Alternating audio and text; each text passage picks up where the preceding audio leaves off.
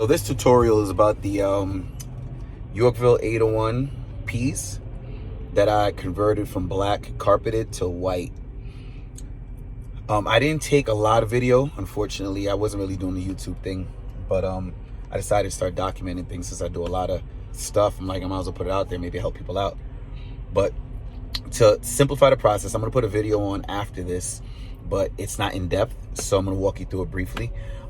You get the Yorkville speaker if you have a carpeted one, even if a non-carpeted one, you just want to convert it to white. A couple things to do. If it's carpeted, unscrew all the hardware, as you can imagine, all the angle brackets, take all that stuff off, handles, everything, and then rip off the carpet. When you rip off the carpet, that's when the job gets tough. There's so much glue under there. Take off the grill. Take off the grill, take out the speaker. I mean, when I say bare, take off the amp. You're taking everything off. That's number one.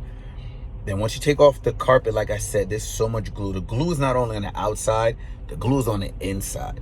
And when you paint it white to get a nice, good look, you want to even paint the inside face. So in order to paint it, you got to take the glue off of that as well. So it was a process. It was painstaking, I guess you can call it.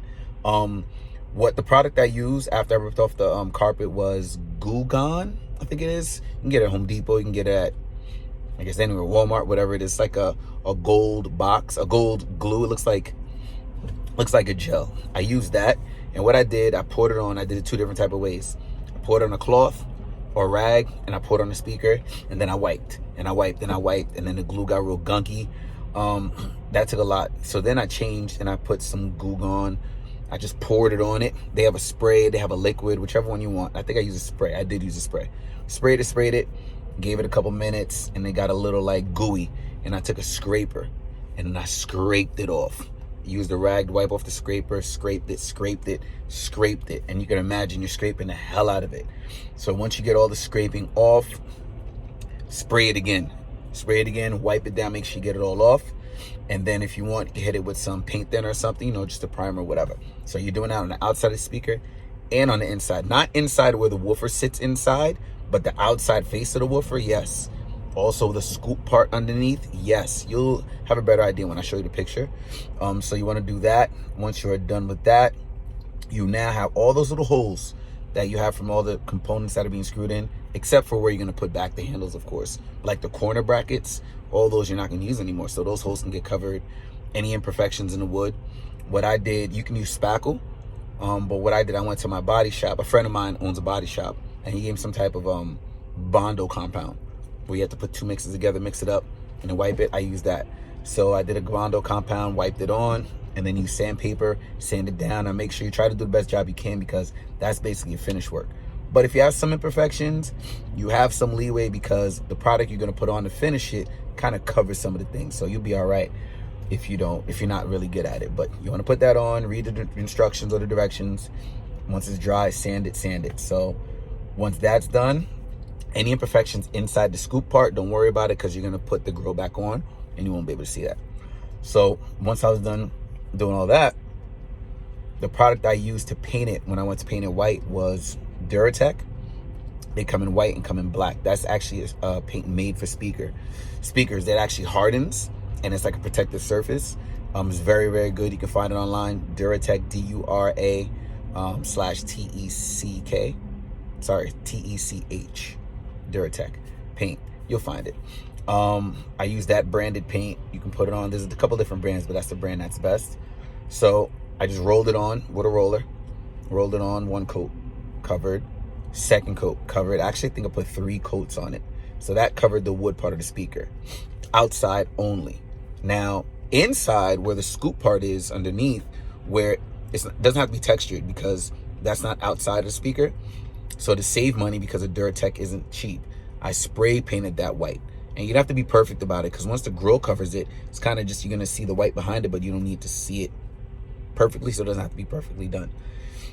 So I did that with spray paint. The grill, what I did, I covered up with tape, the Yorkville sign with black tape, and then I sprayed the grill white. The spray paint I used was, you can use 2X Rust-Oleum. I did use semi-gloss. So 2X Rust-Oleum, semi-gloss you can get at Home Depot, or any white paint you want. Semi-gloss is what I used. I put the grill in the backyard, And I literally, like I said, I covered the Yorkville sign. I sprayed it a couple times. In the video I'm going to show you, I didn't like the outcome of the grill, so I actually resprayed it again. But I don't have a picture of the speaker yet to show it to you, but I'll show you, Chad. But I resprayed it again until I got it to what I wanted to get it to. What I decided to do is keep all the screws black. It's because it looks nicer. So even if the grill face of the screws black, the handles on the speaker were very old, so I spray painted that black. I used a 2x or 2 times Rust-Oleum semi-gloss black on that as well. I'm gonna show you what the speaker looked like before, but it's not the actual speaker. It's just a carpeted speaker. The one that I actually used was an old speaker that I had. The carpet was rough, the hardware was rough, so that's why I ripped that apart. Hardware needed to get painted. But just to give you a basic idea of what the speaker kind of looked like in the beginning, I showed one of my other speakers that's carpeted to see how I took it off. So that's that. If you have any questions after watching the video, feel free to comment. Feel free to ask me questions. Comment, subscribe, share the video, and that's it. I'll put up as much videos as I can to help you guys out, because a lot of times I look on YouTube to try to find these type of tutorials or videos to help me in my projects, and I couldn't find any. So I'm like, you know what? Since I did it, I might as well put it out there and share it with everyone else. All right, hope you enjoy. So if you find anything I've given you or you've seen useful or helpful, please give me a like, hit the share button, all of that. Appreciate it. And also, correction, it's Duratex. I took a picture of it. I'm gonna put it in the video so you guys see exactly what the product was that I used.